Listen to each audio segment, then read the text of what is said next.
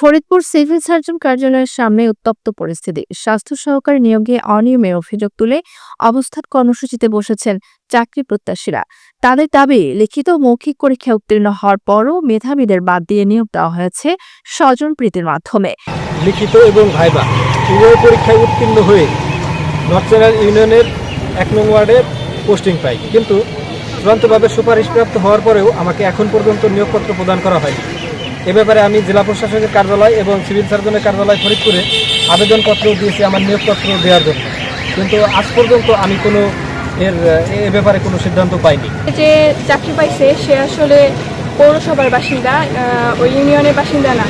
তো আমি চাচ্ছি যে একটা বিচার হোক। এর জন্য আমি সিভিল সার্জনের অফিসে একটা আবেদন দিয়েছি। এর জন্য আমি এখানে দাঁড়িয়েছি।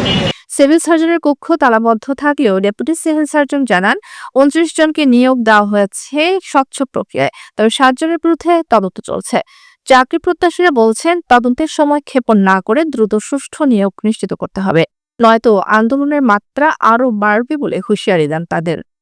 মূল বিষয় হলো আমাদের নিয়োগ তো যেটা 129 জনকে আমরা নিয়োগ দিয়েছি, তার ভিতরে আমাদের নিয়োগটা একেবারে সম্পূর্ণ আমরা যেভাবে স্বচ্ছতার দরকার সেভাবেই আমরা করেছি, কিন্তু আমাদের রিটেন খাতা থেকে শুরু করে একেবারে শেষ পর্যন্ত ভাইবার পর্যন্ত করেছি।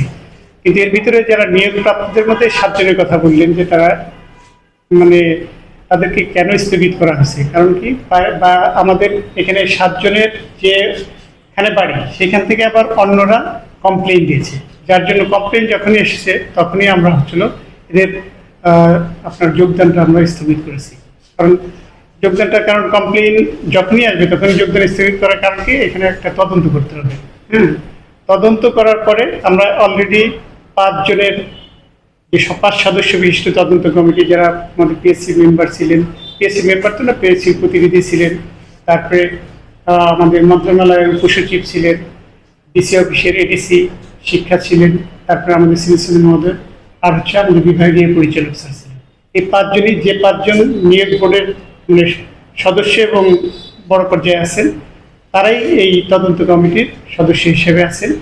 তারা এগুলো কিন্তু আমাদের এই তদন্তগুলো চলমান আছে, কিন্তু আপনাদের যে কমপ্লেইনগুলো এটা একবার সুষ্ঠুভাবে তদন্ত করেই কিন্তু আমাদের এই 7 জনের নিয়োগটা দেওয়া হবে, এ ব্যাপারে কোনো সন্দেহ নেই। কিন্তু আর আপনার পৌরসভার কথা বলছেন, আমাদের কাছে যখন দরখাস্ত করে সেটা কিন্তু সে যখন ওই ইউনিয়নের একটা সার্টিফিকেট, সে যে ওই ইউনিয়নের বাসিন্দা বা ওই ওয়ার্ডের বাসিন্দা, এটা কিন্তু চেয়ারম্যানের কাছ থেকে একটা সার্টিফিকেট নিয়ে এসে আমাদেরকে কিন্তু দরখাস্ত জমা দিয়েছে।